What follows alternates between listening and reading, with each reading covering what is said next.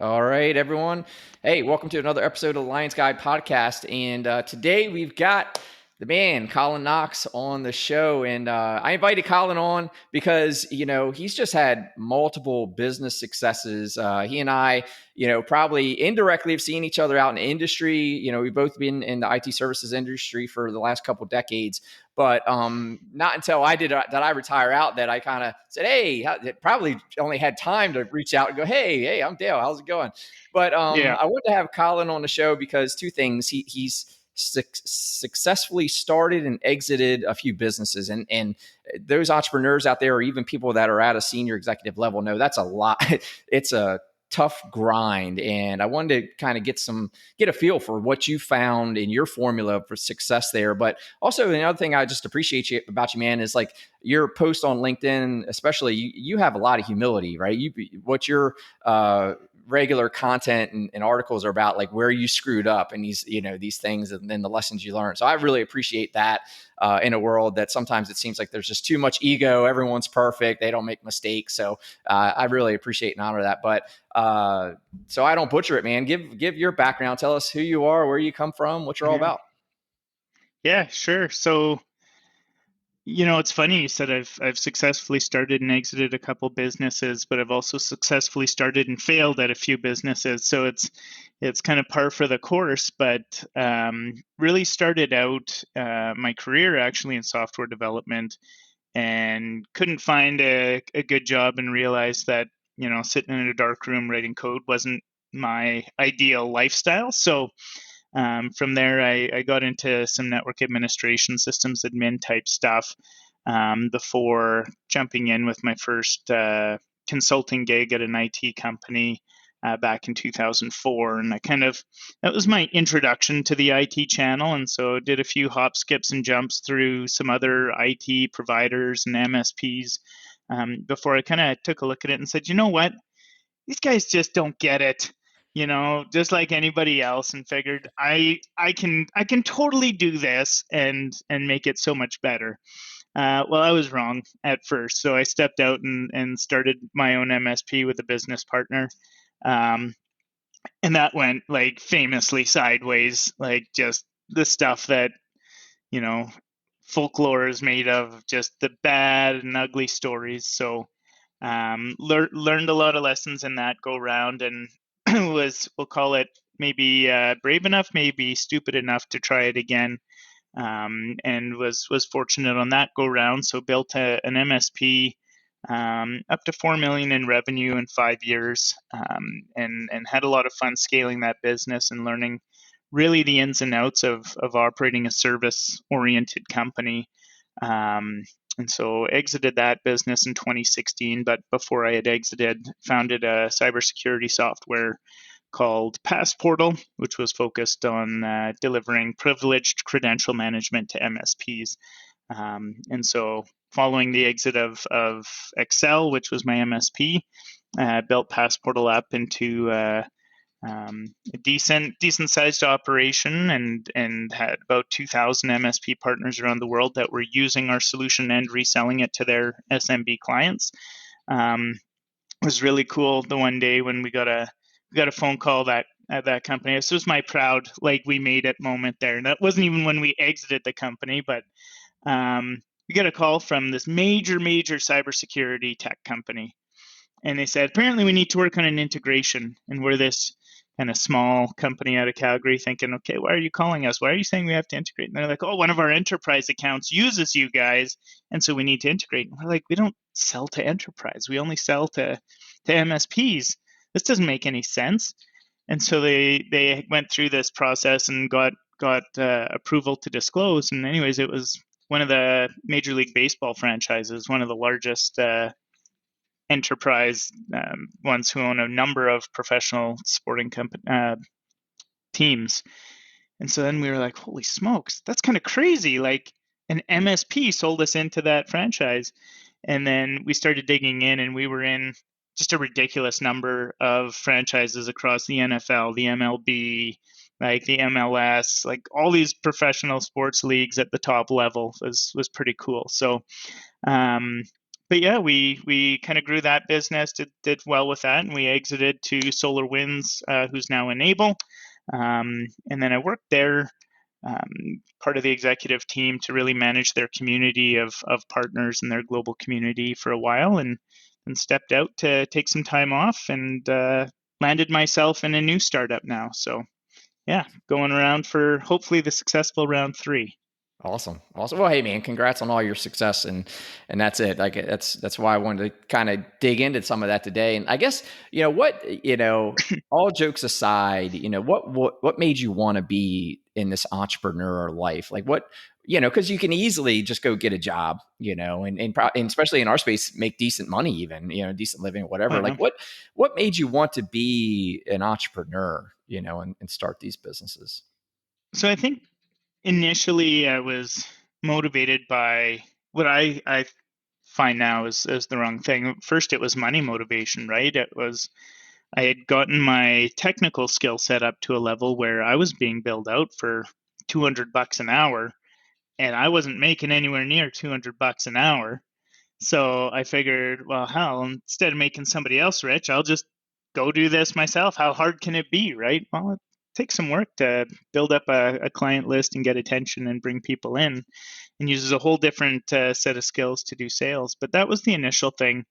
After that, as we saw some success with the next iteration of the MSP, um, it was that thrill and that like charge of building and optimizing and fine tuning, and watching that as you pulled one lever, how you saw other things happen, and working through the challenges. One of the things I always loved about being in IT was the problem solving, right? You always had this challenge that you had to troubleshoot and work your way around, and then after you came out victorious and you were like, yeah.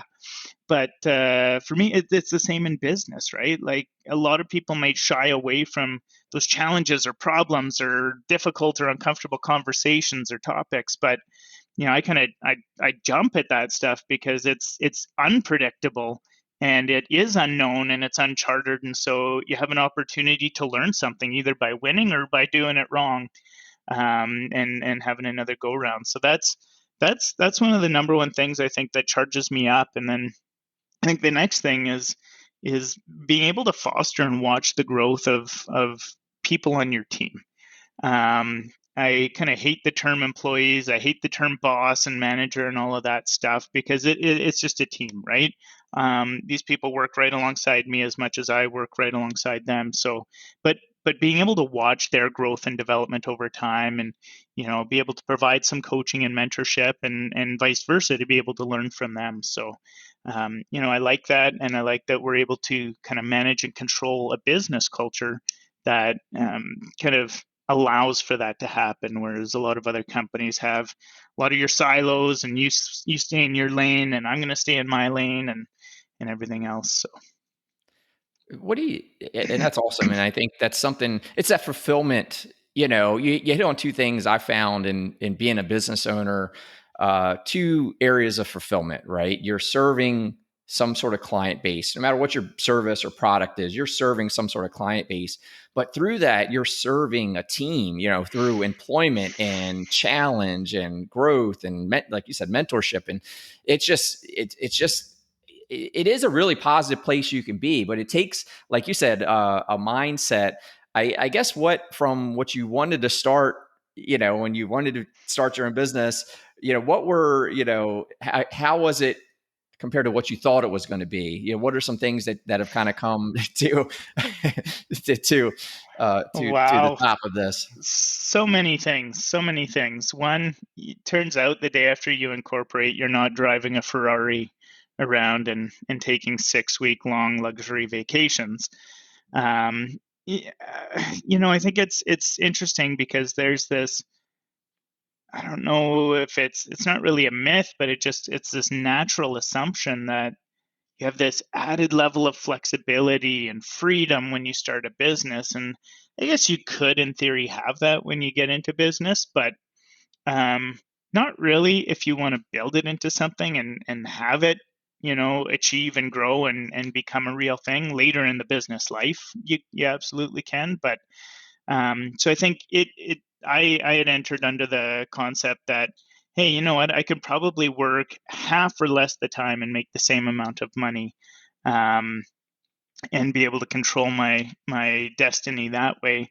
And I quickly learned and realized that you know anticipation of like 4 hours a day turned into like 17 hours a day, and then you'd go and choose to, oh, I'm going to hire somebody and then I can get back down to 8 hours a day, and then all of a sudden it's like, nope, that just bumped you up to 20 hours a day because now you're still doing everything you were doing plus trying to manage and work with the other person. So yeah, I think there's a lot of misguidance and misinformation, whether it's just assumption or fed somewhere, that you know being in business is cushy and luxurious and easy and your flexible freedom, everything else, but takes a lot of work to get to that point. And those that kind of push through it and put that work in and take the right steps and make the right decisions get there.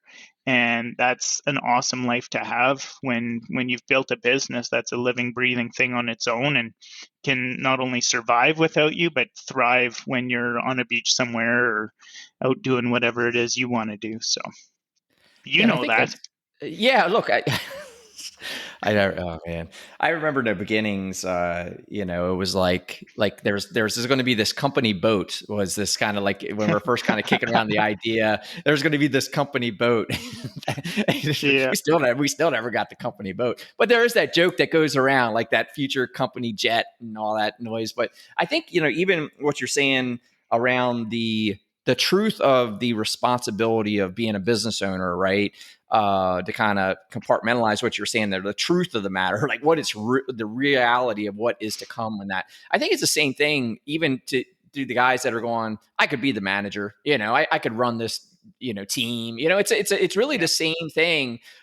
Different level, different devils as far as owning the whole operation in the business. But still, Yeah. to the guys that think, yeah, that manager's got it easy. He's the manager. He's kicked back. I'm doing all the work. Like, nah, man, you're responsible for you. The manager is responsible for you, your coworkers, and Yeah. himself, and the deliverables of the team. It's Oh yeah. it's not easy street. That's a big misconception. No, it's one of those things, right? There's just as much servitude as ever in management and business ownership, right? I remember, so we took on external funding at Passportal to continue to accelerate that business, and I spoke with some other business owners and colleagues in the industry, and they had all said, "Wow, like I can't imagine raising that type of money and that amount of money and the pressure that's on you now that these investors have put into you." And kind of cocked my head and looked at them and I said, "What do you mean? Like all of these investors, yes, it's pressure, but they have a lot more money than the average person, and they're hedging a bet and making it on us and whatnot. But any company, when you've got employees, those people are investing and betting their entire livelihood for their household in most cases on you. So I'd say that's way more pressure than when you've raised investment, because you're right. Like you have to coach them to be successful. You have to make sure you're recruiting other people that can work alongside and support them to continue driving success while you're still trying to drive the whole business forward with business development and sales, so that there's still revenue flowing to keep paying people and that the right financial decisions are made. So yeah, I think it's amazing how much pressure can come along with it, but yeah, it's not to be overlooked or you know not considered when you're thinking about bringing on the next person or what pressures are against you. Is you're right. I'm not just looking after me anymore. I'm looking after everybody in the company and then their whole families behind them, because even if they've got a partner or a spouse that works as well, they're still the kids, right? Or whatever else is going on, or even parents that they're supporting. And if half of that household income or more disappears, well, that's a problem, and that's an impact you're having on them, which, whether it's because the business isn't doing well and you're forced to, do layoffs or downsize, or if it's that you didn't coach or mentor that person well enough so they weren't successful under your guidance and leadership, or if you just made the wrong hiring decision, like that's really playing with people's lives and livelihoods. So Sure. It is. So on this path of success you've had in your various businesses, you're obviously figuring out a formula. What are some of the habits that you think have really contributed to your successes along the way, and that you continue to maintain? So I think being a little bit ADD has definitely helped being able to shift gears and change focuses. But honestly, I think it comes down to always being willing to dive in.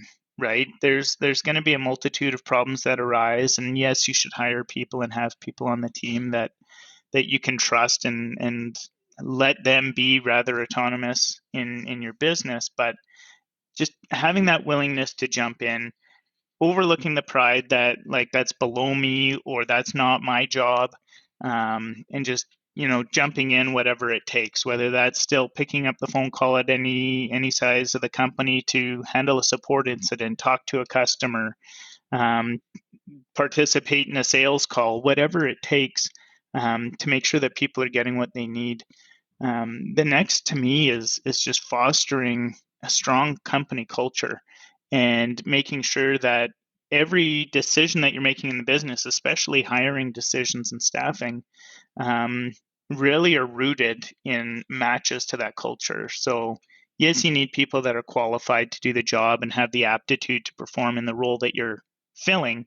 Um, but to me, culture is so much more important because people can learn skills over time, and you can help coach and move things along that way. But if somebody comes into an organization, how awkward for them, first of all, to come in and be like, "Oh, I don't get these people at all. They're totally different than me. That's not whatever else."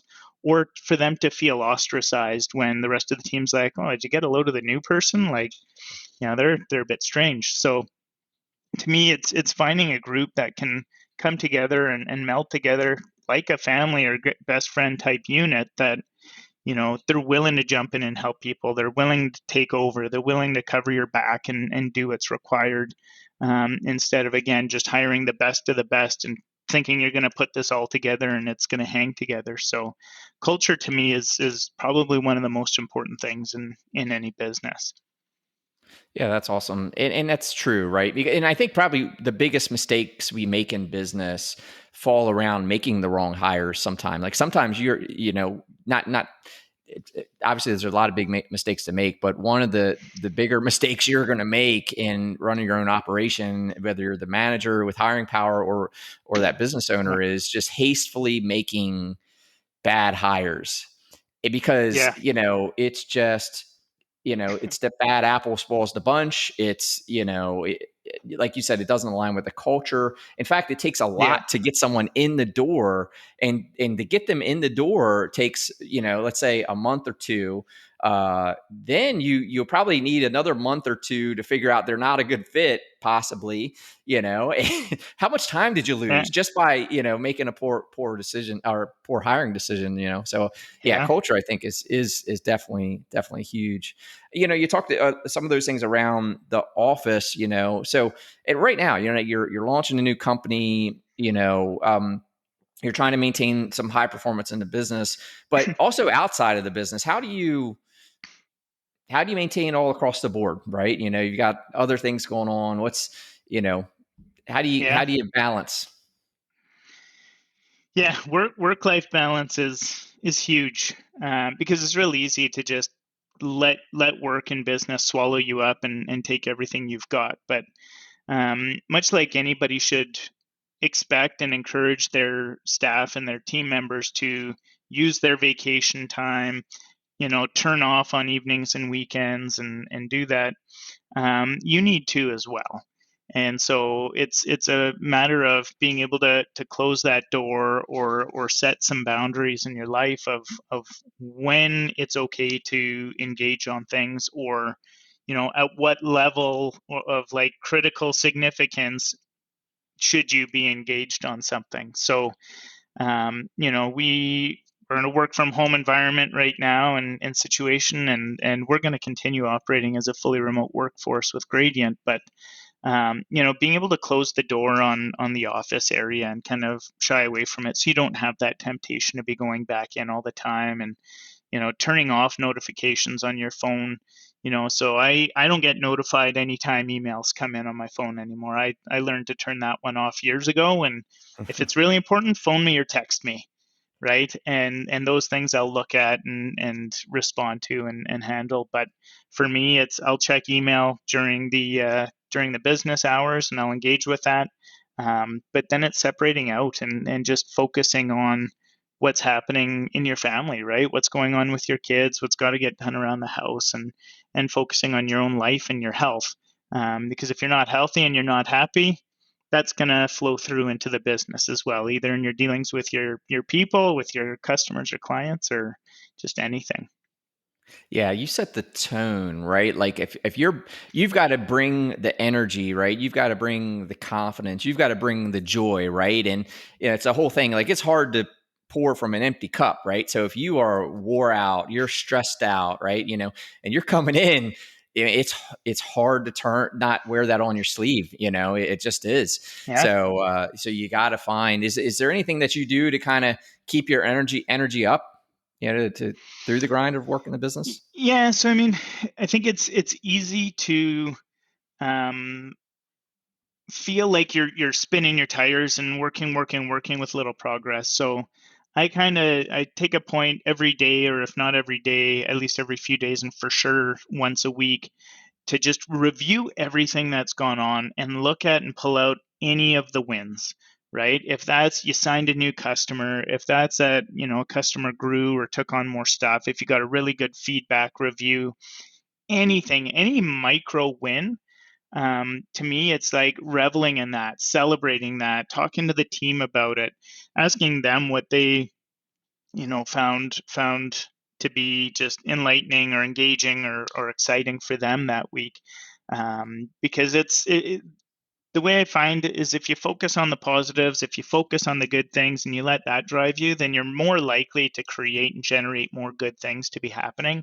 Whereas if you're focused on what's not happening, if you're focused on what's going wrong, what happened that was not good, then that's what you become tuned to look for. And that's not to say you should never be like, oh yeah, that person's just not doing a good job. Like keep a high level focus on stuff, but you don't want to get to a point where you're nagging about the business, you're looking down on your business or the people that are working with you, and it's just keeping that positivity flowing, kind of everywhere that you go. Because yeah, it changes your behaviors. Just like if you force yourself to smile so much, then eventually it's just going to be a natural thing and you're going to feel better and feel happier. That goes down to how your clients perceive you, the market perceives you, your staff perceives you. So for us, it's all about the little wins and making sure that you focus on those and celebrate those, and makes even the bigger wins that much more rewarding as well. Yeah, I think that is important because it is easy. So I find it, especially in the tech industry, right? Like techs, we just want to get our head down and work, and sometimes we just don't look back. And what I'm hearing you say is like taking the opportunity to reflect and go, "Hey, look what we've done." Look at these things. Yeah. Because I feel like, yeah, you're right. You mentioned it earlier, like we're always on that next problem, right? We're like, Yeah. and there's a part of us that's perfectionist to a sort, right? Where we're always trying to we have these iterations, making things Yeah. better and so on. I even find myself, I was doing it today, I was working on some new content and I'm just like, oh, you got to know when it's good enough, right? Because you're Yeah. delaying the release by trying to tweak it to perfection, right? But, Yeah. picking your head up and looking back, and wow, look at that. Look at what I've done. It is energizing, to and helps kind of, I don't know, give the gears, looking for, you like you said, more positive stuff instead of focusing on the negative. Well, and it's good to have those reminders, right? A colleague of mine who'd seen some great success early on, advised me like take pictures along the way. And I'd equate it just like any weight loss or fitness journey where people say, take your measurements, take your pictures, and then you can, when you're not sure, you can see how far you've come. And so we took that advice, and yeah, when we got to a point that we were at a juncture and kind of an inflection point in the business with Passportal, we kind of pulled back some of those pictures and things we noted down, and we're like, wow, like look at the difference in the office space. Look at like, oh, we've actually got this. We hit that compliance. We did whatever else, and you just realize how far you've come and how much you've matured as an operation. Like, whether you've grown revenue by 10x or not, to just see the level of operational maturity that you've gone through as an organization is just so rewarding to be able to do, and to be able to compare and contrast where you were and what you were like at one point to where you've gotten to now is, to me, it's just rewarding, and keeps that inspiration that, wow, like, where are we going to be in the next 2 years now? So Yeah, no, absolutely. And it's fun too, it just kind of gives you, yeah, a little bit of, yeah. it just brings that pride, that little prideful feeling of, man, look what we've done, with that, you mentioned, the success of knowing you were getting in all of these major sporting leagues and organizations and so on. What are you kind of most proud of so far, in this career you've put together? um I'm probably most, it sounds totally corny, but Drop it. I'm probably most proud of the people that came along for the journey and participated in it, right? Like, um, at the MSP, a lot of the people that were part of my group are now leaders at the company that acquired us, right? Like, having watched what happened to their careers after the fact and how they advanced and did. When I look at Passportal, like, I used to joke we had this renegade team of, people who, at a point in time, more than half of the company had never actually had a full-time job with a structured organization or company. And I looked at, we built this like global technology company that had, innovated in ways that nobody had doing what we did, that just changed and impacted all these businesses. And now seeing how that's transformed, and how they've been able to leverage that to pursue other initiatives and other things is really neat to me, right? It's kind of always fostering that next generation of things, whether it's innovation or success, or driving people forward. So that's the thing I'm most proud of, is the people that have participated in what they've been able to do with the opportunities that, they had made available to them, and the opportunities that they gave me. So that's probably one of them. Outside of that, I think just just being able to take that business to that end goal of an exit, where somebody, like, everybody in business is always like, oh, my business is worth something, whether they're very right or very wrong about how much it's worth. They all have this belief that it's worth something, but, like, everybody knows, it's not worth anything until somebody's willing to pay something for it. And that's not just a customer, that's somebody coming in to buy this thing that is not you. So to be able to have built something of merit that warranted, the dollar figures that we saw in the end, to come in and buy that thing without me attached, is totally cool for me, and something that, I kind of look back and in awe at every day, to be like, did that really happen? Yeah, absolutely. I can relate to that, and it's like it's your baby, and I think, like, advice for folks that are building a business or thinking about getting into the business, you do need to separate yourself from it, right? Because if you build it around you, that Yeah, exit possibility, and I think, like, that's a look back for me, because I didn't really think about an exit until we were getting asked to exit, meaning we were like, M&A was taken off and people were like, hey, we want to buy your business. I'm like, what? And that world was new to me. I had spent all these years kind of just heads down, from my IT management experience building this company.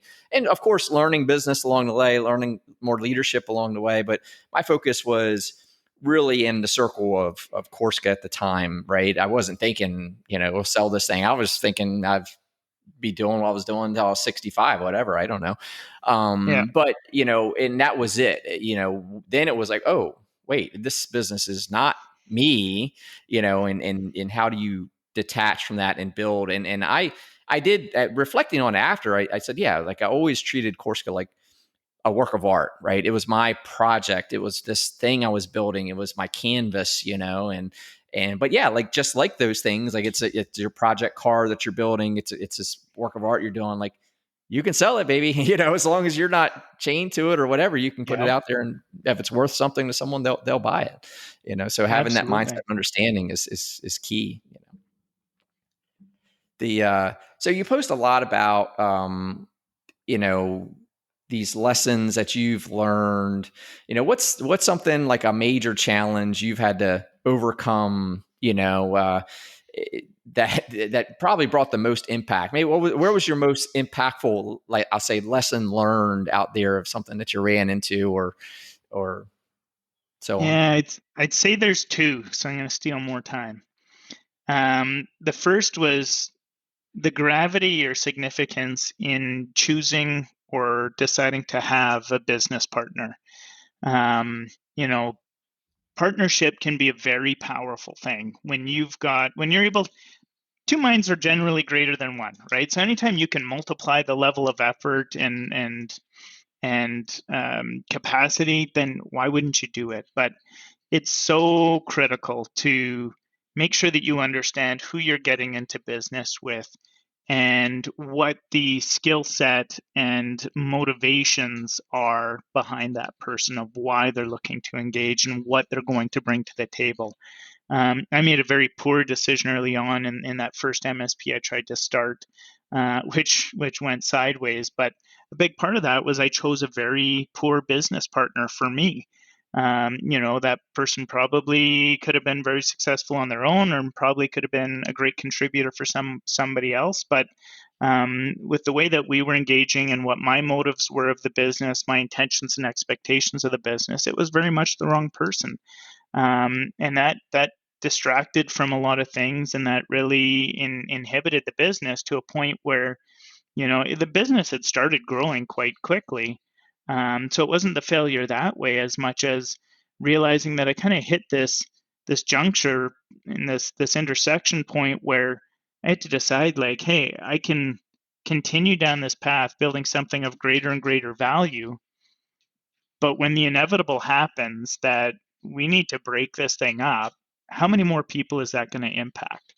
And so trying to find the courage and build up the courage to go and kind of terminate that operating relationship um, at an early enough stage that, yes, caused discomfort and difficulty for the clients and initial employees that were involved. That took a lot, and I probably could have avoided that. I probably should have done it sooner. I delayed it a bit too long, and probably could have avoided all of it by just being smart in understanding who I was getting into business with, and even more so what their motivations and expectations were, which were out of alignment with mine. Um, the next would probably be understanding. I talk about understanding the potential partner's motivations and expectations. The next most important thing is understanding yours. We were approached at XCEL fairly early on. It was at the 2.5 year mark to be acquired by a much larger national MSP, and all I saw was the lights and the dollar signs, and continued just plowing down that path, kind of irrespective of what we had sought out to achieve and what I had wanted to achieve with the business and where I wanted it to go, and the purpose for being in that business. And fortunately for me, that M&A conversation, I mean, it got very far along. The team was all notified. Everything was ready, just waiting for ink to be put on the paper and let it dry. And then a topic of discussion came up, fortunately, at that point, which just kind of smacked me in the side of the head and made me realize, hey, you know what? I shouldn't be doing this and getting out of this just for me and the dollars that's going to come with it. I need to focus on, the people that have gotten us here, what's happened, both the supporters of clients and the people that have, left their jobs to join my company at the time. And just kind of realized that we weren't done yet and there was more to be had. So I think if I hadn't had that conversation, that could have been a regrettable end decision for me to have exited at that point. And I know for sure, because part of that topic of discussion was I had to walk away from this silly idea called Passportal that I had already started working on. So it would have been a very costly mistake for me in the end, but it also would have almost been putting some of the employees under the bus with the changes that would have come into play and some of the cultural synergies that weren't there. So always understanding and staying true to your purpose, your expectations, and your motives in business. If your motive is to hit a certain valuation and exit, and I don't care who gets, pushed under the bus or wiped under the rug or whatever else, so be it. But generally, there's a bigger underlying purpose to what you got into business for outside of just making money and just outside of being able to sell it off. So staying true to that is so important. Now, did you, in starting these ventures, did you have a vision, right? That's, a lot of folks get in the business or whatever for various reasons, but sometimes the missing part of that vision is the exit. Did you have a plan? Do you typically have that plan, or is that something that just becomes clear as you go forth and building the business? Yeah, I think when we were doing the MSP, that was building a company to be sold, but not at the cost of everybody involved. And we truly wanted to be able to build something that was actually impacting the business success of our clients, and that was a point of dependency for clients. So with that one, there was almost always an exit in mind. Just once we had kind of hit a few milestones, I guess. With Passportal, we actually used to joke at Passportal amongst the foundership and early people involved that one day that it would make us thousandaires. And we joked about that because we knew there was a big opportunity for what we were building in a good sized market. Um, but I think we didn't have an expectation of a big exit. And we were just doing it for us. We were doing it to solve a problem for us. We were making it available to solve that same pain in the butt problem for other companies like us. We didn't really start to formalize an exit strategy or what we would consider to be a viable exit path until we received our first few unsolicited acquisition offers and realized, holy smokes, yeah, this could actually be something, right? And so that kind of steered us in to meet early on and kind of have a discussion amongst some early investors and early involved people to say, what are we willing to accept as if somebody hits this number or we hit this juncture, like at what point are we all in agreement that we're happy with what we have accomplished and gotten out of this and we're going to exit? So we were very mindful at that point and then very focused on what our end goals were and what we needed to achieve. And once we kind of surpassed that, it was just an evergreen concept until somebody came forward and hit it. We never put the business up for sale. We just had a fortuitous series of events where a number of parties came in trying to acquire us. And we figured, hey, this could be the writing on the wall. I don't know, so I want to go and compete with all of these companies if they're that keen on entering our categories. So we did that with Gradient. We're kind of looking at a further path out. We're not looking for an exit where we get acquired. We're not looking for an exit where somebody can acquire the technology or the data or the people or any intellectual property that we put together. We're more at building technology to empower people and empower other businesses, and we'll take on the right investments over time that just help accelerate that and help foster our ability to do that. Not looking for any sort of monumental definitive exit at this point in time, although maybe hopefully by the time I'm 60 we've landed on something that made sense. But 60. How old are so you? I can slow down. I'm 39. Oh, dang, there you 39. go. Right I there got with you. I got a few years left in me.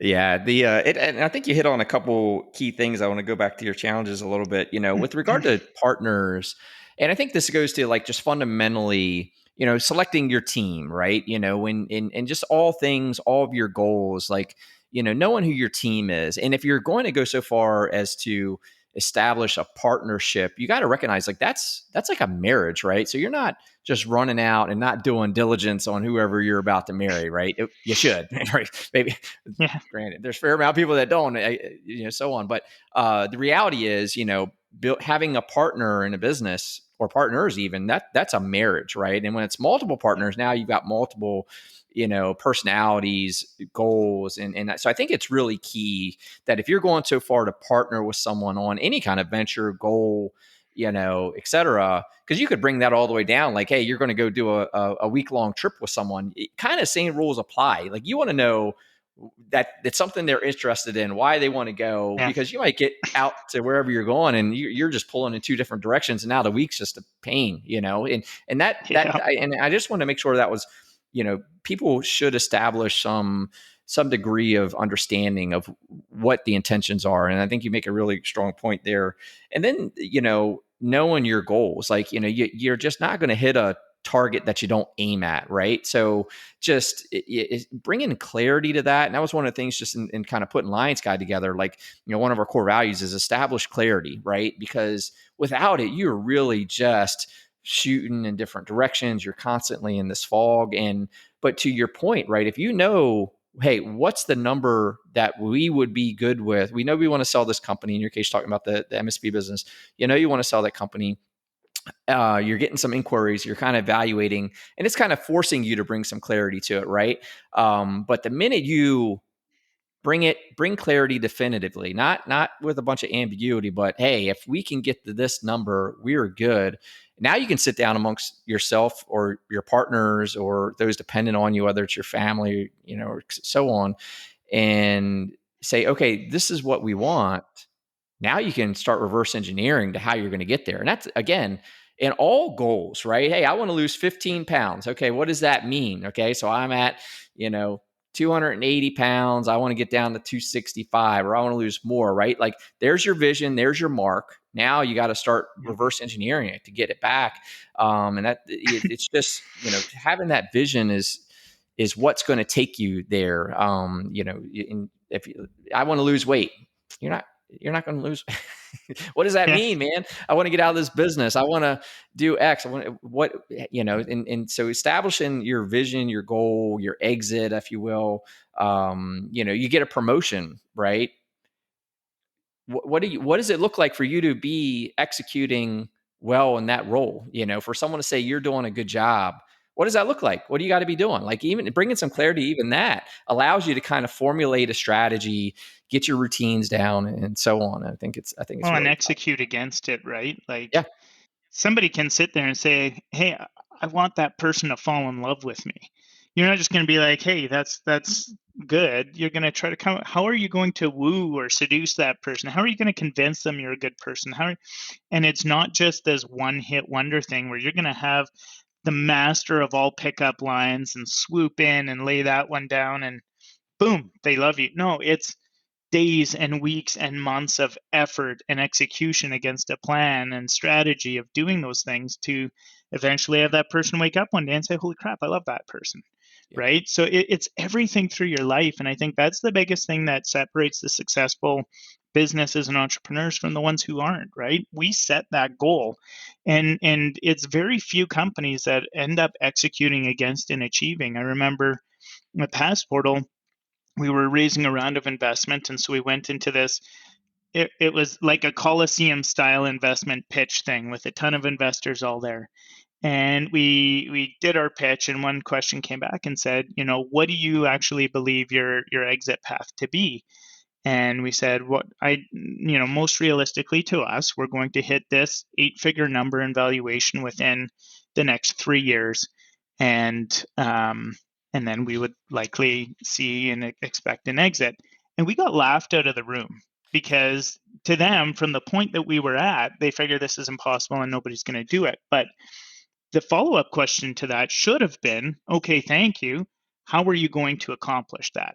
Right. And not one of those sophisticated investors asked that question.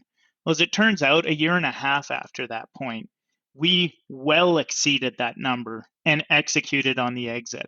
And the people that understood how we were going to get there and participated early on were rewarded handsomely. But it's that execution part, right? You can sit and talk all day long about all the things you're going to do and all the things you're going to accomplish. But until you lay down that plan and go and actually act on that plan, you got nothing but a pipe dream. Yeah. Now, and I think that's right. Like the fact that you had that number, you had clarity of what you were striving for. Even just the power of having that, you accelerated getting there. Like, it wasn't 3 years; Yeah. it was a year and a half that you got there. And I think it's essential. Oh, It's essential, and it's not and only like we're talking a lot about. Okay, that's our mark. How do we get there? But even it challenges you to go. Okay, that's our mark. Who do we need to be to get there? Right. That's my yeah, personal goal. That's our team goal. Whatever. Well, to get there, who do you need to be? What do you got to fix? What do you got to improve on? How do you got to be better to get there? It's another yep, result of that. absolutely. It's the big part, right? Who do you need on your team to get there? What roles do you need on your team? And just hitting that the whole way along is critical. And to me, transparency. How do you have a team of people who don't know what the hell you're working towards, right? There's a lot of people that think like business is a need to know basis and the staff will find out when they need to know something. Well, they're all picking up an oar to row towards your dream. So they sure as hell better know what that dream is and what it's going to take to get there and how you're going to support them to help you get there. So we've always had this approach of full transparency. Everybody in the company knows how much the company's making, how much revenue it's doing, if we hit projections, if we didn't hit projections, just everything along the way. And then beyond that, we give everybody a piece of the pie, right? There's no reason that these people should, burn their candles at both ends and put in everything they've got for a salary and a pat on the back. So, you should be willing to share the wealth, share a piece of the pie, and have people invested and motivated to get to the end goal. Absolutely, absolutely. I mean, and it makes them feel more committed, right, and loyal as a result, right? It's that two-way street. It's not just this dictatorship of this hierarchy of this organization pressing down on you. You're a part of it, right? And the winning is again a team sport, right? Yep. No, that's awesome, and I commend you for doing that. So, we're running up on the hour here. I want to talk about what is Gradient. Why was it important to you? Who's going to get the most value from this thing? How does it work?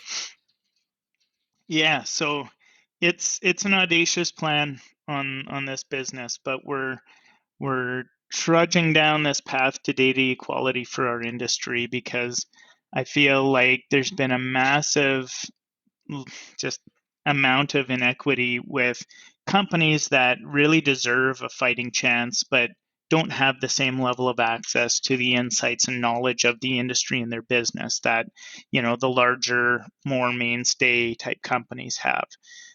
So what we're putting together is our industry's first, I think, data intelligence platform where we can collect and amalgamate a bunch of data across all of our peers and participants in the industry so that for every company that contributes their information and data, it feeds them back thousands or tens of thousands fold to just guide them and help them make sure that they can follow the steps of the companies before them who are at that next step or two in what they did to hit that success and how that applies to their business. And even almost just as importantly, avoid the missteps of the companies that did or tried certain things which didn't pan out.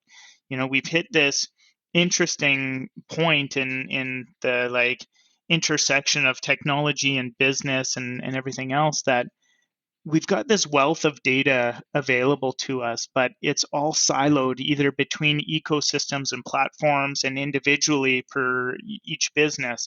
And so I think by opening up that ecosystem, by sharing information both cross platform and with our peers and competitors, none of the data is named. So if we can leverage that to just understand how the industry is performing, make sure that we've got the best data possible so that we can make the best decisions possible, that's going to elevate the whole industry and make each one of us more successful, both across MSPs and channel vendors. So that's the path we're on right now. We just launched kind of the first step to that, which is a data cleaning solution or data hygiene module, so that we don't have all the data yet to be able to provide back and help those decisions be made. But what we can do is help make sure that the data the MSPs do have access to is as clean and accurate and beneficial to them as possible to help start impacting those decisions until we hit that critical mass where we can start coming back and saying, hey, here's what you're doing really right. Keep doing those things, but here's a couple things that can just turn it up a notch for you. So that's what we're working on. That's what we're building towards, and trying to get as many MSPs into this army as possible, so that we can, charge forward as a big group and take the whole industry forward with us. Absolutely. Yeah. And there's just plenty of business out there to be won as an MSP today, and collaborating in this regard to learn and propel and evolve the industry for the better. I mean, it's one of those spaces that there is no standard. Everyone does things a little bit different and so on. So there's a lot to be learned from one another in the Mm-hmm. regard of just, the lessons learned that you're helping compile together. So that's really Yeah. awesome. With regard to like, if to kind of give the final mark here, if you had to kind of explain to someone what makes you successful, what would you tell them? It's a good summary of our conversation, I think, right? It's understanding your expectations, understanding your motives, setting the plan on that, and focusing on the execution, right? Keep your head down, focus on it, and come back up every so often to just make sure you're on the right path. Make sure that your hypothesis is panning out. But that's the thing, right? Like, understand your motives or your purpose. So, setting and defining your purpose, creating the plan, executing on it, and just staying focused. So easy to get distracted. It's so easy to look somewhere else or try something new. Um, Very seldom is it you try something again for a week, for a month, and that's the definitive answer of how it's going to go. So that would be the biggest thing. And then to me, it's putting trust in the people that you bring into the team. Having the right people there and trusting in them to do their jobs so that you can focus on yours and do what they need from you. Awesome, man. Well, hey, congrats on all your success. Good luck with Gradient. It's fun watching this thing. And like, I just think it's awesome that the industry veterans are the ones out there kind of bringing out these new platforms that are taking the whole space to the next level, so kudos to taking on that next big problem that we got in the MSP space. So how can Thanks. people connect with you if they want to reach out and get more information? Yes, you can connect with me on any social media at Reality Knox or just Reality Knox, depending on the platform. If you want to check out Gradient, just hit up meetgradient.com.